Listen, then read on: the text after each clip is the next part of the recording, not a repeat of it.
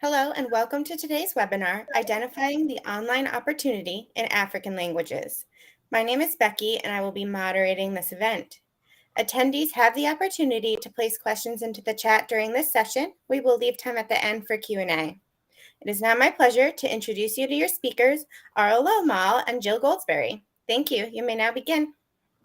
All right. Thank you, Becky. Good morning, good afternoon, wherever you are. My name's Ara Lamel. I'm a senior analyst at CSA Research, a leading market research firm focused on the translation and localization industry in the United States. And I am Jill Goldsberry, Global Strategic Account Director at Lionbridge. And today we will be speaking to you about identifying the online opportunity in African languages based on our research into the economic value of languages. Okay. So Arl will start with a few remarks on the growth and value of Africa and why it is the next frontier for localization services, followed by the role and value of colonial versus local languages. From there, we will jump into the value of specific languages and make some recommendations on strategy. Next, I will share some insights on user behavior in Africa, and we will conclude with Arl providing a specific example of what the research shows using Botswana as a market example. We will wrap up by providing some final thoughts. Please do submit your questions to us as we plan to leave some time at the end to focus on what matters to you most. With that, we will get started. Okay, and just before we go, and a quick note about who we are, if you don't already know CSA Research, we're an independent market research firm that's been around for 20 years. And we focus solely on going global and what it takes to remain that way. We do all of this through independent market research and data products that deliver business intelligence to help you and your clients understand and hopefully amaze local markets. We focus on the 5 constituencies shown on screen, and this perspective gives us a great opportunity to examine the factors that affect global growth and the role of languages in it.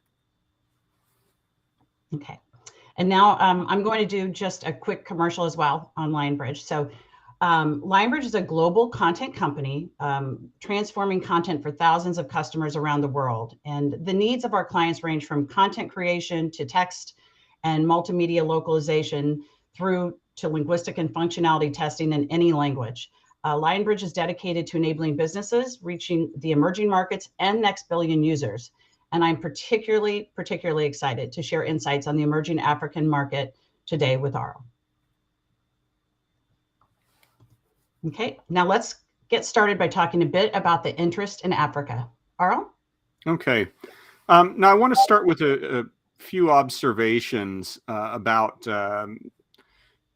enterprises out there and their focus on Africa. Some of these will seem obvious perhaps to some of those in the audience, but they're still worth repeating. First, the level of interest we're observing at CSA Research in African countries is rapidly growing. We're regularly fielding requests for information and data now that we didn't have just a few years ago. Now, as these companies are looking for expansion, their interest is that they find that they may have tapped out their other markets, but Africa has tremendous potential, and it's where the next billion customers can be found, particularly among younger people who aspire to the same sorts of things that those in Europe, the US, and elsewhere already have. They want to join the same kinds of markets. And so there's a lot of interest and enthusiasm in Africa. Now, as just an example, it's forecast that the population of Nigeria will be greater than that of the United States within 30 years. This may seem surprising, but this is where the demographic trends are leading, and this is only going to increase the importance of languages such as Hausa and Yoruba. Even though English is the language of broader commerce in Nigeria, a lot of people were going to want to use their own languages. And then we also need to keep in mind that there really is no such thing as the African market, any more than there is the European market or the Asian market. Each of the 54 countries in the continent has its own needs and requirements. In particular, if you look at North Africa and the Sahel region, they have very different requirements from sub-Saharan Africa or the Horn. Now, in the discussion that follows, I'm going to be focusing primarily on a measure that we've created that we call online gross domestic product, or EGDP, and looking at it in Africa. EGDP is CSA Research's proprietary measure of the economic or buying power of individuals with online access. In other words, how much money do internet users control? We focus on this measure because it represents the value that organizations are able to access or influence through online means. Now, I do need to be clear that this is not a measure of e-commerce, which is much, much smaller. It's not, we're not looking at just what people spend with retailers online. Rather, we're looking at cases such as maybe someone's trying to purchase an automobile, and the individual will visit the manufacturer's website, read customer reviews, look at online sources to find a dealer, decide which one to go to, and things like this. Now, they're probably not making the purchase online, so it won't count as e-commerce, but their behavior has been influenced through digital marketing. Our model also explicitly deals with the issue of income inequality and the uneven distribution of wealth within economies. This issue is important everywhere, but plays a critical role in some African markets where a very small minority controls the bulk of wealth. And individuals with online access tend to be more wealthy than those without. This model allows us to do predictive forecasting about the economic value of languages and localization and guide our clients to make data-informed decisions about which locales to address and target. Now, as a note, developing these models is complex. Our first version had almost 10,000 data points, about almost 2,800 online language combinations in 207 countries and territories. The new version is now up to 132,000 combinations, and actually with some updates I made since I created these slides, it's more like 170,000 combinations. And we're focusing now on both online and offline languages, and this number is growing every day. Now, all of this requires data about internet usage, income distribution, language preferences, and many other factors. And all this is based on official and academic sources, which leads to some challenges, particularly in Africa. So if we want to look at some of the challenges that you are likely to face in making a revenue case for Africa, or that, that affect what we're doing, often we find there's a lack of reliable information. When we search for information on language use in many African countries, often what we find are old academic studies from the 1970s. There often isn't census data or the other things that we typically would rely on. And so this does mean there's a good deal more uncertainty about some aspects in certain African countries. We also face real issues with income inequality, as I mentioned, and the urban-rural divide, where often official data sources don't capture where speakers of specific languages are and how that may affect their propensity to use the internet. And then, of course, one of the challenges you're going to be facing, regardless of whether you're an LSP or an enterprise that's dealing with Africa, is that there's a lack of language support for many of the languages we identify. You won't find spell checkers, you won't find grammar checkers, and all the other things that we take for granted if you speak English or a major European language or major Asian language. A lot of these things aren't there, and that affects how realistic it is to use these languages online. Now, if you're digital marketing, some other factors you may want to consider are that many languages in Africa don't have a standard written form, and this makes text-based localization difficult. You may be dealing with populations as well that aren't necessarily literate or are not used to using written text. So some of these languages, which you might want to deal with, are used primarily in oral contexts. In other cases, there's going to be a divergence between standard and local forms. For example, standard written Arabic is largely the same across the Arabic-speaking world. But if you want to market to Algerians, you're going to need to use Darja, which has a significant French influence, and which won't be understandable to someone in Egypt or Lebanon or Jordan. In addition, geo-targeting, which is a common way of trying to select languages and address people in their own language, won't work in a lot of Africa. If you go to a country with 200 languages, there's just no way to make that work. Contrast that if you market in Germany, where you can reasonably assume that your audience will speak German. But what are you going to do when you go to an African country with a bunch of languages? Which language do you choose to address them in?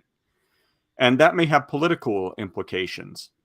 Think of Ethiopia, where if you choose to address them in Tigrinya versus Amharic, and there's conflicts, this can affect your brand. So it makes it difficult to choose what to do.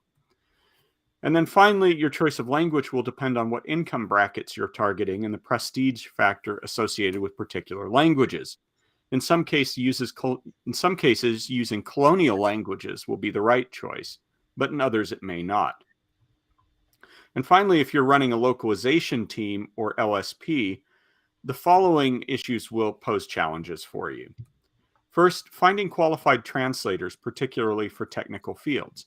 Because the translation industry hasn't developed as much in Africa, and problems such as access to the internet or translation tools affect many countries, it can be a real challenge to find the right person. Secondly, as I've spoken with language professionals in Africa in recent months, they've consistently told me that having access to tools that can be used in Africa is a real challenge. You may say, well, can't everybody use online cloud-based tools? But with limited bandwidth, often they can't. And so they need their own versions of tools. Now, I've also mentioned the issue with grammar and spelling checkers, but this means a lot of general language processing tools may not support the languages you want. So you'll have to factor in extra time for people to do proofreading carefully and checking stuff that could be easily done in English. Beyond this, very few languages have access to sophisticated natural language processing tools or NLP tools that you may want to use. All this adds to the quality burden and the time needed to deliver good results. And finally, as you introduce products, you'll find that many languages lack well-established technical terminology. There just hasn't been a need for it. And so this can leave you and your translators uncertain about how to render certain concepts. All these factors can make it difficult to actually carry out localization projects, even with dedicated and conscientious language professionals. Now, I know that was all really more general background than about the potential, but we felt it was useful for you to understand some of the factors you may face as you're trying to enter African countries. Right, back to you, Jill. Thank you. So now that we know a little bit about Africa and the challenges, let's now turn to the first question you're likely to face. Should you target Africa through colonial languages, or should you turn to local languages? The answer turns out to be quite complex. Carl? Okay. So to address this, let's take a close look at which African languages major enterprises support. So at CSA Research, we've examined 2,800 brand sites and found that they support just 22 languages spoken in Africa out of potentially over 2,000 languages, depending on how you number them. And what we find is most enterprises choose to address Africa through colonial languages and Arabic, which we treat as a separate category. It originally was colonial, but it since has really become a native language in much of Africa. We'll discuss why they make these choices in a few moments. There is no other language supported by more than 1% of brands. So we don't find systematic investment in Swahili or Amharic or any of the languages that might play a major role. And we find that only media companies, search engine companies, and Mozilla, interestingly, are addressing the non-colonial languages. There's some sporadic use elsewhere, but it's really these categories that are doing this. Now, this is largely because for these companies, with the exception of Mozilla, the users are the product. They're really selling advertising and selling the eyeballs they gain by having people visit their site. And they can't do this without supporting the languages that the people want to access content in. So that's why these particular constituencies really do more localization. Oh, sorry. And sorry, okay. Now, using the data from the global brand sites I mentioned, as developed in our Global Website Assessment Index, we find that colonial languages really do dominate. Here we include Afrikaans as a colonial language, even though it's now the native tongue for substantial numbers of non-white Africans. However, it receives a relatively small level of support. Some of the languages we see, such as Spanish and Italian, really only receive support beyond their importance in Africa because they're useful elsewhere. They aren't being addressed specifically at Africa, but they're used and they provide some bycatch to digital marketers. Note that the figures I present here are for all 2,800 websites, not just those doing business specifically in Africa. Now, the next category I mentioned is Arabic. We treat this as a quasi-colonial language. It appears on 11% of brand sites. And as with the colonial tongues, it benefits from being important outside of Africa. Now, if we move beyond these, Swahili is the best established. It appears on 0.8 or 0.7% of the sites, with all others falling far behind. Beyond these, we find very limited support for Bambara, Pedi, Swati, Tsonga, Twi, and Venda. And they have, the one shown. We also find that the Bambara, Pedi, those ones I mentioned, have online viability. There's commercial users, but they're not appearing on major brand sites. Now, why Swahili? Well, Swahili stands out because it is used as a lingua franca and it gains some wider applicability. But for the rest of these, many of them are spoken in single languages, so they're really only used by countries that want to address specific countries. Okay. Now, if we want to look at the value of languages in terms of their access to online accessible GDP or eGDP, we see that well over half of the value shown here in teal, 69%, is accessible through colonial languages. Now, if we throw in Arabic, some of that will displace some of the colonial languages. And what we see is that 11% of eGDP is tied up with individuals who speak both Arabic and a colonial language. And that by adding Arabic, in total, we gain about 18%. So we've moved up now to about 87% of eGDP between the colonial and languages and Arabic. And this really demonstrates why they lead. Now, if we add in some of the local non-colonial languages, we now find that we can reach all of African eGDP, but some 25% of the total is from individuals who speak both a non-Arabic, non-colonial language and a colonial language. Again, remember that the colonial languages outlined in red here can still reach 70% of African eGDP, which is why they're used. However, this approach means that 30% of the market is excluded and 37% is being accessed in a language other than their native tongue, a factor which we know leads to a significant drop in willingness to make purchases. So really, it's only the teal area here that's being adequately served, or perhaps the green for over here for Arabic. Everything else is being left behind and treated as a second-class citizen, even if they can use some of the other languages. Okay. With that background, let's now turn to the languages CSA Research has determined have the greatest value as measured by online access GDP. Okay. Now, I'm going to show some figures here. These apply to written content. They're non-exclusive, meaning we're giving the total potential value, but because of multilingualism, we count some in English that might be counted in Zulu, or Afrikaans, or Tswana, and so forth. So you can't add these up and get one big pie. It's not something that's done that way, but we're looking at the total potential value. For example, the figures for French contain some individuals who can be accessed by Arabic and vice versa. If you're interested in this incremental value you get by adding languages, we just released are releasing a report on this today. And this overlap is really important in Africa, as I've just shown you, where there's these huge overlaps between different categories of language. There's also overlaps within the native languages, such as between Hausa and Swahili, and people often do interact through second languages, and a lot of people can be addressed in 3 or 4 languages. Now, as our research in Can't Read, Won't Buy has shown, which looked at the buying preferences of individuals across different areas, most people have a strong preference to engage in commerce in the languages they consider their native tongues. This is a bit more complicated in Africa, where colonial languages often have a prestige or legacy value that leads people to actually prefer to use them even when they don't speak them very well. Now, this chart uses the same color coding we saw previously and ranks the languages from the most valuable, English, at roughly 590 billion per year, to the lowest. These are the languages we count as tier 1, meaning they have access to at least 1% of African eGDP. As we move past these, we discover other languages with much lower potential value, but they may still be attractive to marketers.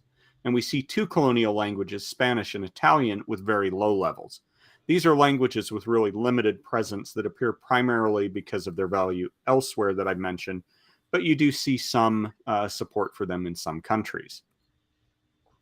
Now, that's about the economic value, but you may also be interested in geographic reach from languages. Some of the languages play a role only in one language, but 10 of them stand out as potentially interesting as ways to bridge geographies. First, let's examine the 2 languages that allow you to reach more than 20 out of Africa's 54 countries.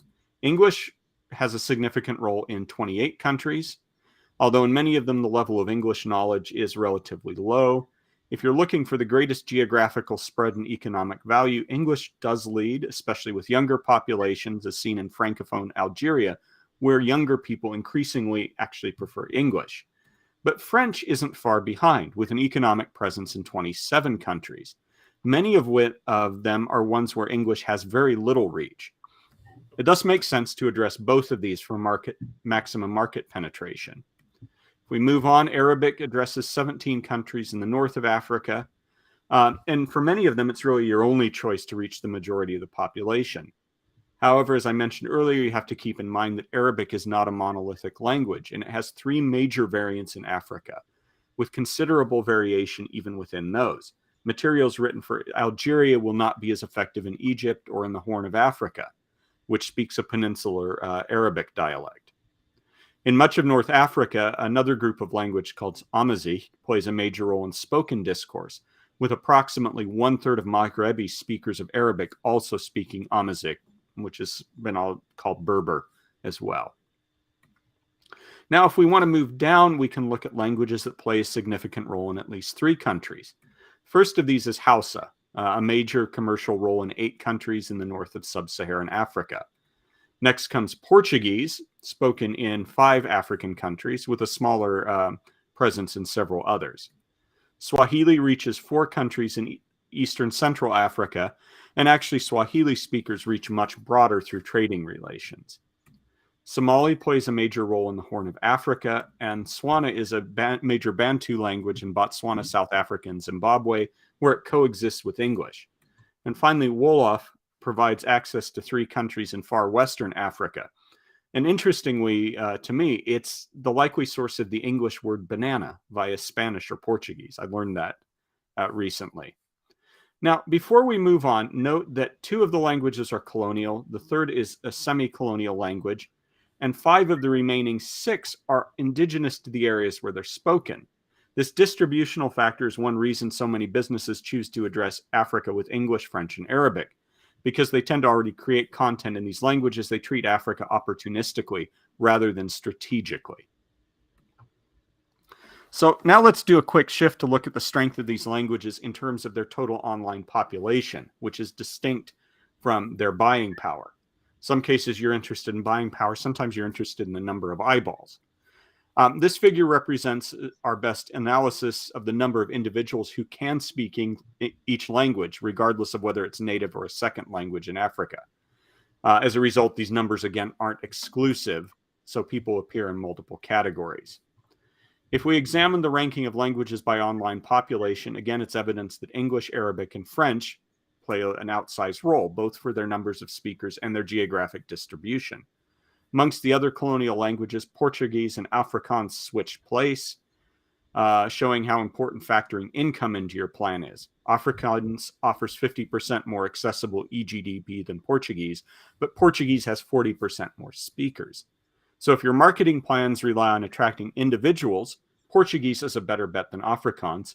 But if you want your audience to have disposable income, Afrikaans performs better. Other similar shifts between speakers and income may influence you or your client's strategic marketing decisions. And here's the remainder of the languages we tracked. In this view, Spanish and Italian both have very small populations. Italian has just a vestigial presence in Somalia as a colonial remainder, and Spanish is the primary language of Equatorial Guinea and a minority language in Western Sahara. Now, of all those other 2,000 languages, what we find is none of them today play a major online role. But that doesn't mean that they won't in the future. So expect these lists and support to change over time. All right, back to you, Jill. Thank you.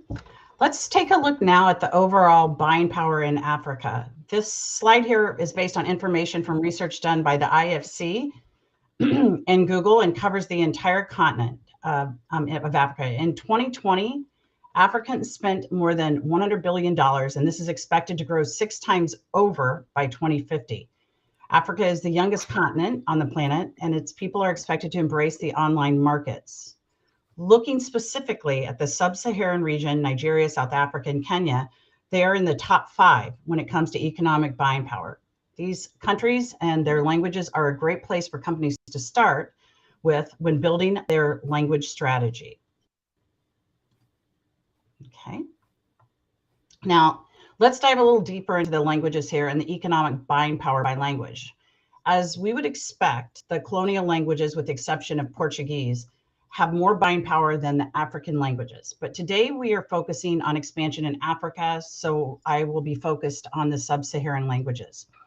Outside of the colonial languages, where should you invest?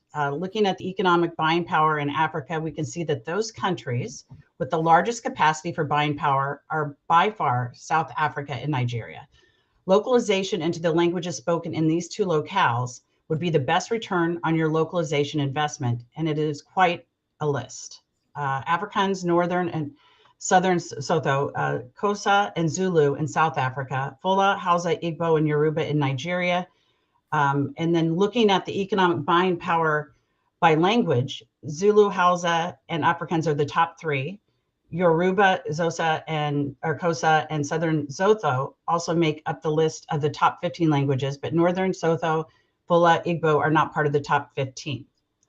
So this is great insight to consider as you're planning your sub-Saharan Africa language strategy, but there is more to consider. Okay, so now let's investigate how the African people are using the internet currently and what they are hoping to do in the future.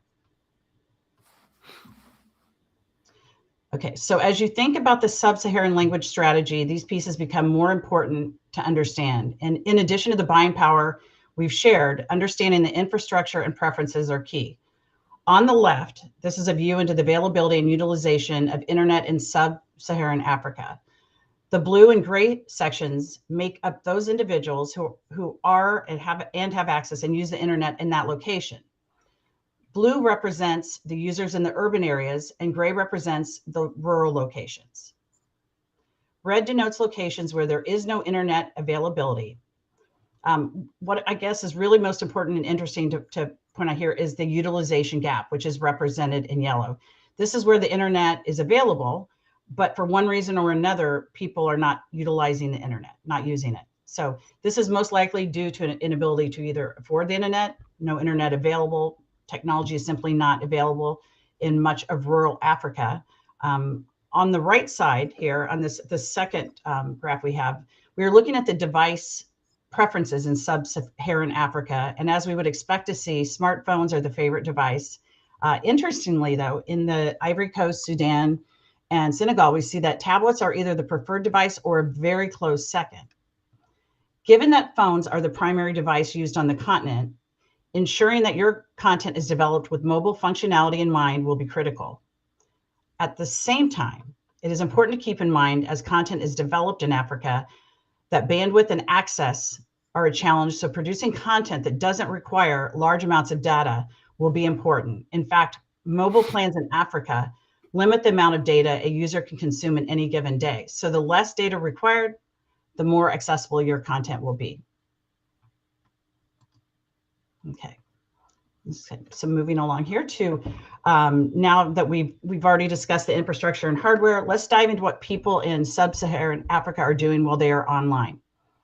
I should point out that about 75% of the users are millennials. So the target audience is younger and tech savvy, which makes sense when we start looking at the online behavior. IMing, so instant messaging, chatting, and social media lead the activities. You can see here when we look at the pie chart, also, what is most utilized as far as those platforms are considered, Facebook, Instagram, Twitter, etc. Videos are also well loved by folks, but again, data is precious, so video content needs to draw people in and be worth using their data on, worth their while, so to speak. I'd like to also point out that online retail using the internet to research purchases on products only amounts to about 23% and 10% of user behavior respectively. So I mention this because as you're building out your language strategy, your return on investment will be greater focusing on using the social media platforms and utilizing their advertising capabilities. Developing short, localized multimedia ads that are eye-catching for the millennial crowd will be more effective than localizing effectively for simply SEO. And then here's just a kind of few other stats that I mentioned that were part of the pie chart. Millennials are the most commonly used on the internet. They are 1.27 times more likely to exhaust their mobile data daily and 1.1 times more likely to top it up weekly. Millennials, again, make up 75% of monthly active people on Facebook in sub-Saharan Africa. When it comes to communication, they are 1.13 times more likely to use Messenger and WhatsApp. Entertainment-wise, 1.4 times more likely to say entertainment is a key reason to stay connected. When it comes to shopping, they're 1.2 times more likely to say they learn about products or services only via mobile apps that Facebook, Instagram, etc.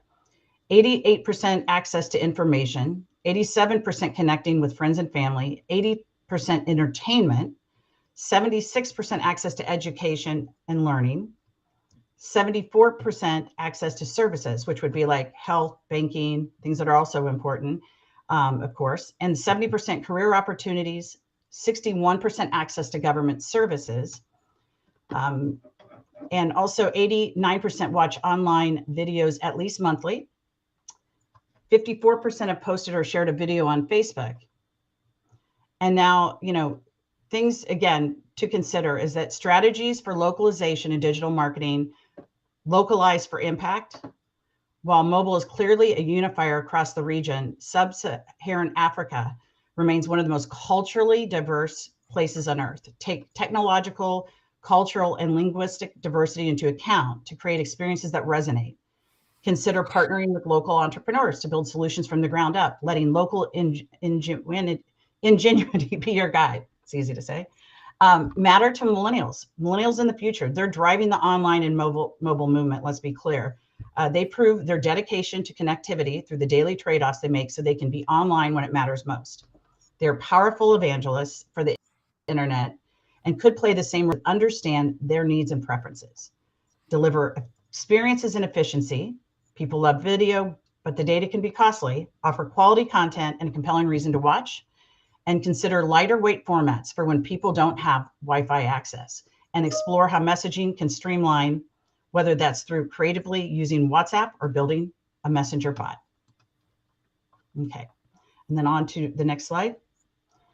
What comes next? We've walked through how users in Africa are consuming digital content, but where's the white space? What are users looking for? What to do they still need, or what do they still need? Where are the gaps? Users in sub-Saharan Africa are a lot like users all over the globe. They want to see more of their native languages available in social media, video commerce sites, and so forth. They would like to see more options for e-payments and online educational opportunities. There is a need to have better access to much needed services like government, social systems, and telemedicine. There is no shortage of want or need when it comes to accessing this information. The millennials are driving digital consumption in Africa, just like they are in every other part of the world. What is unique is that the average age in Africa is 19.2 years. They are the youngest population on the planet, and they are eager to embrace technology. Okay. Again, looking here at the localization landscape and most common use cases for this. In my experience, working with global companies and industries like technology, social media, and streaming, there are many different aspects of content that are being localized in a variety of African languages. E-commerce, advertising and marketing, and multimedia work like subtitling are some of the most common business cases that I see. Then there are some emerging businesses needs that are quite front and center today, like safety and security, very important, and policy violations. So much of the content available online is user generated, and the ability for companies to understand and make decisions on user content is a business need I'm seeing over and over again. What is interesting here is that you'll notice we see about half of those languages that have a higher buying power are listed here in bold. It is also interesting to see a few of the languages with significant online buying power are missing. Xhosa, Hausa, and Yoruba. Another takeaway as you plan your sub-Saharan African language strategy. So there are all these opportunities out there, but a finite amount to spend on localization. There are a couple of other considerations you must include with your strategy. Machine translation is an example here that we will talk about. I've seen some online posts about this. You might be thinking, how does machine translation play a role in the African languages? At the moment, there are only a handful of languages that could really be supported in MT with post-editing workflow. There are 4 primary reasons for this. There's simply not enough content out in sub-Saharan African languages to train the machine. On top of this, there are very few NLP researchers in these languages, which stems from access to university level education, which is very low in Africa. And finally, colonial suppression has led to content coming from African countries to be limited to colonial languages. But there is a grassroots nonprofit organization called Masakani working to bridge this gap. Their model is brilliant. All members in Masakani are volunteers. The NLP researchers oversee the program, and they invite anyone and everyone who can read and write in the African languages to participate in training the machine. They gather corpora such as TED Talks, news, media, religious texts, government documents, and translate from English into the African languages, and they're creating this as open source. Anyone can use their MT, and anyone who is passionate about supporting the African languages can actually work on this project. So the team uses Blue scores to evaluate their success for 40 different languages, and you can see here they are absolutely seeing success. That being said, there are hundreds of languages to work on and a long way to go from here. As you're considering your language strategy for sub-Saharan Africa, MT can be a great tool, but you will definitely want to have a quality layer of review to ensure fluency and readability. And now, Arl, I'm going to turn it back over to you to share an example at the country level, how data about a country can help organizations plan their language support. Okay. In this case, we're going to be looking at Botswana. There's a bit of simplification in here I made just for time constraints, but this is an interesting one to look at. Due to its legacy as a British colony up until 1966, English is the primary working language of the Botswanan state. Setswana, a Bantu language, is the native language of about 70% of Botswanans and a second language for about 20%.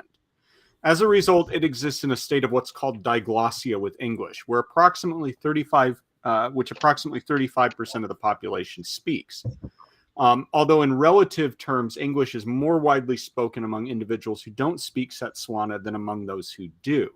But this means there's a lot of people who use both of these on a daily basis in different situations. Beyond these 2 languages, there's another 29 languages that are considered substantial languages in Botswana. But only 2 of these are institutional, meaning that they have some sort of support in education or elsewhere. Now, as I mentioned earlier, English is the primary colonial language, but a small minority speak Afrikaans due to the early influx of Boer voortrekkers in history. Now, internet penetration is relatively high by African standards at approximately 47%. According to the International Telecommunications Union. Botswana has a relatively small problem with language blocking compared to most of Africa. And by language blocking, means when individuals don't speak any online language well enough to make use of the internet. We factor all of the languages except for Afrikaans, English, and Setswana is blocked due to lack of support and content. But because so many people speak these other languages, they can get access through other languages. And our analysis indicates that only 6% of Botswanans would be excluded due to language blocking. So 47% of the population can access the internet in one of the languages they speak if they have the opportunity. Of these, 11% are relying on non-native language, and 36% are able to access the internet in their native language. However, as I'll discuss later, many of them actually prefer to access content in English instead due to the prestige of the language and the broader array of content they can access in it. There's just not a lot available in Setswana. If we shift to economic value, the picture changes. Just 1% of GDP, eGDP or GDP would be blocked by language. 12% could be accessed with better internet penetration, and 8% of GDP accessed through non-native languages. But 79% can be accessed through native languages, which is much higher than other countries in Africa. Significantly, because English native speakers tend to have the highest income, English actually leads to access to 55% of GDP, despite the relatively small number of native speakers, with Setswana following at 33%, including access through non-native speakers, with 24% coming from native speakers. Now, what this view shows is that the biggest issue affecting Botswana's online economic potential is really lack of physical access to the internet rather than language blocking. Most of the people in Botswana could access the internet in a language that's either native or one that they use regularly and would be potential customers. So here in Botswana, as in much of Africa, the challenge really is in extending the internet and providing access to devices that can use the internet to individuals. As you're making your plans and looking at different countries, this is the kind of work you need to do to determine the viability of particular communities. Look at where people speak the languages, what the internet access is, how much of online GDP they're likely to control. We didn't spend a lot of time here, but it does show the kinds of depth of research you need to be able to do to make plans in Africa. And if this sounds complex, consider that this is the kind of things that your marketing teams are already doing in other countries. So this isn't unique to Africa, but we tend to have a better understanding of it, and we think it's easy because we've been doing it longer elsewhere. Whereas finding some of this information for Africa could be more difficult. Okay. So we've explored quite a bit today. And so what should our audience take away? Okay, so my conclusions are, first, as we mentioned at the start, Africa is the next billion customers. The continent is going to experience massive growth. It's starting from a relatively low baseline, so it's going to take some time to reach where it will. But this is going to be exponential type growth in online access and use of the internet. So this is where we're going to see increasingly the drive for increase in global demand for language services, along with India, which is seeing some similar growth as the Indian native languages are taking off alongside English. Now, second, as Jill mentioned, I think the average age on the continent is 19.2 years. I had a median figure of around 20 years. Either way, we've got a very young population. And 40% of the population is under 15 years old. Mm-hmm. So there's this huge population that wants to enjoy the same benefits as elsewhere. This source of energy and talent, and coupled with a real shift to liberalizing economies, means that demand's going to increase. Africa, for a long time, a lot of the countries tried to adopt protectionist policies that ended up actually only reducing GDP and harming people. And there's been a big round of liberalization, which has opened up demand and led to economic growth in Africa. That's not to say it's all perfect. There are issues with income inequality and other problems, but poverty's decreased and access to import goods has only gone up over time. Third, African languages are currently underserved. I think there's no doubt about that. And African consumers are increasingly going to expect to see content in their own languages and not just colonial tongues. We're seeing a shift away from the prestige value of colonial tongues that dominated in the past to individuals who are saying they want to use their own languages. And so companies are going to have to adjust to this, but it creates a greenfield expansion potential for businesses willing to adopt these languages. And finally, all of these conditions mean that the value of, as you make your plans, focus specifically on sub-Saharan Africa. North Africa is comparatively well addressed because of Arabic and its role there, but countries farther south represent a real opportunity for this kind of greenfield expansion I mentioned. And finally, all of these conditions mean that the value of African languages that seem low today will expand rapidly. And those companies, LSPs and enterprises alike, that can capitalize on this will have a tremendous engine for growth. And here it makes sense to get in early as long as you can sustain your ongoing spend, because you're going to have an inflationary force at work here that will give you greater, not inflation in the sense of prices going up, but inflation in the sense of the market's just going to expand. And those that are there early are going to benefit from it, versus those that come in later and will have to make up lost ground. Now, I will just mention briefly, for those of you who are interested in this from CSA Research, we have a lot of data available on this. We have what we call the Global Revenue Forecaster Service to actually make calculations for potential revenue, and then a lot of different reports that cover some aspects of this. And Jill, do you want to say anything about your thoughts and conclusions as we wrap up?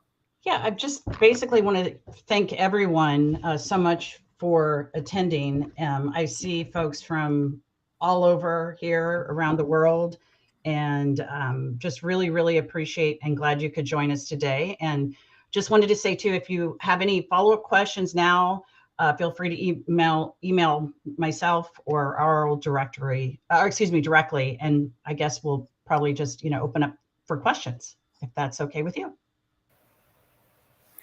We did have a few come in while you guys were presenting. I'll pull the first one up on the screen. 1 second. Okay.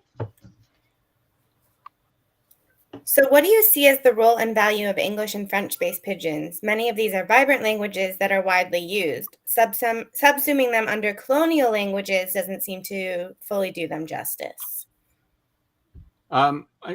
I'll go ahead and take this one if you don't mind.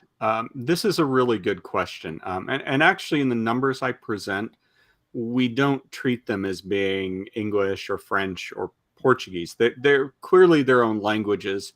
As anyone who's dealt with them knows, speaking English or French does not mean you're going to understand these languages. They often exist in a very interesting continuum with what's called the substrate language, which would be English, French, or Portuguese in these kinds of cases, where people will move back and forth between something closer to the standard European colonial language in formal situations, and then at home and elsewhere, they'll really use the pidgins. The big limitation for them right now for digital marketers is there's just not a lot of online support for them.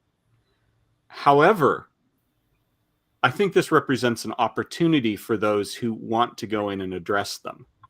It's not a quick return, but if you want to go in and use some of the Creole and Pidgin-based languages and start marketing to them, you're going to find people who will use them and be very much engaged with you because you're using them.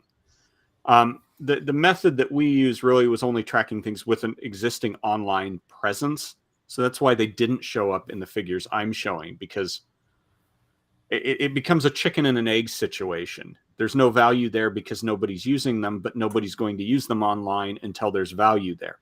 So maybe some of you are the companies that will make that plunge and say, we're committing to Africa, and these are the things we need to support, and do that and find that there is something there that everyone else has been missing. Thanks, Earl. Let's see. Let's try this one. Looks like Africa as a whole is very complicated for the huge number of languages. Do you look at each country individually? I would say absolutely. So these macro level figures I provided about the continent as a whole are just a starting point. And particularly if you're going to have on the ground presence rather than some sort of digital marketing strategy that doesn't rely on physical goods, you absolutely need to be looking at the individual countries to decide what you need to do. Saying that Arabic provides you access to X% of Africa won't matter if you're going into Ghana where nobody's going to speak Arabic, and if you try and use it, it won't accomplish anything. And I think what Jill presented shows this as well, some of the figures about different needs and approaches in the different countries.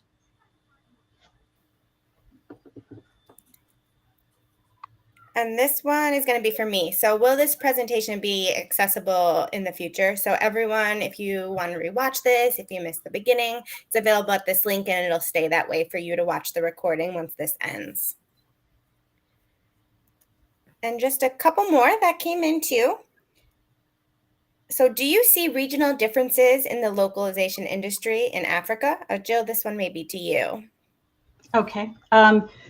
Yes, most definitely we do. And I think, the main thing to look at is, for example, when it comes to internet access, it's definitely sub-Saharan Africa has more issues than Northern Africa when it comes to accessing the internet. And I can say that, as we've had this shift in localization and with the cloud tools and everything, businesses need to consider how are they going to provision those tools for the translators. That becomes somewhat difficult. And then if you also kind of look at another thing is that in sub-Saharan Africa, it's dominated by in-house translators, especially in any of the regulated industries. So like the financial industry and banks, which is very unique and different than in Europe and many other places in the world. So I would say that is definitely also a very unique difference as far as regionally when you're looking at localization. So yes. Great, thank you. And for the sake of time, let's just do two more. Arl, this one's to you. Are most people really speaking all of these languages online? This really comes back to the previous question about Pigeon languages, and it is the challenge. So there's all these languages, and because of the lack of content, there's a lack of engagement sometimes in these languages, even though people would prefer them. We're seeing increasing amounts of content. When we started this research about 10 years ago, one of the gauges we used to determine where people are speaking languages was we looked at, is there a Wikipedia in the language? And very quickly we found out that a lot of the African and to some extent Southeast Asian countries had these what we call prestige projects where they would round up a bunch of translators and pay them to translate certain amounts of Wikipedia content to try and jumpstart online use of the languages. Some of these have succeeded. We've seen, increasing adoption. Others have really languished since the end of those projects. So it's very much on a case-by-case basis to determine whether they're being used. And then there's the issue as well about, are there people who are being forced to use a colonial language but would prefer to use their local language, but they just don't find that community? I think we'll see, it's one of these cases of a slow start, but it's going to build up momentum, and some of these languages will suddenly explode into use. And everybody will be saying, where did this come from? It wasn't there 2 years ago. but it's slow momentum at the start, but due to exponential adoption trends, what looks slow suddenly can suddenly grow very rapidly. Great, thank you. And to close out the presentation, let's see.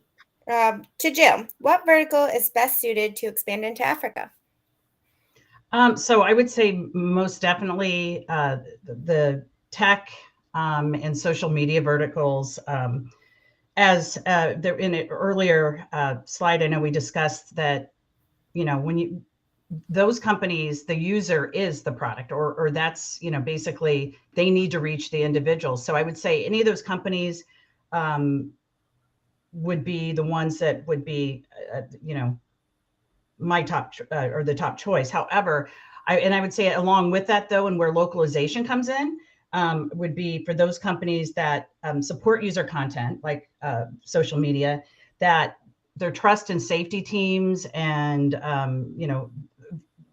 their governance is very important, and they're interested in moderating the conversations that take place. So anybody who is reaching the people, I would think, directly and talking to them directly, that would be a top vertical for me, I would say, to go into the market. Great, thank you. And with that, we'll end the presentation today. You can see Arl, Susan, Jill's contact information here, as well as additional links and places to go if you're looking for more information. Thanks to everyone for listening in today and to both of our speakers. Thank you. Thank you.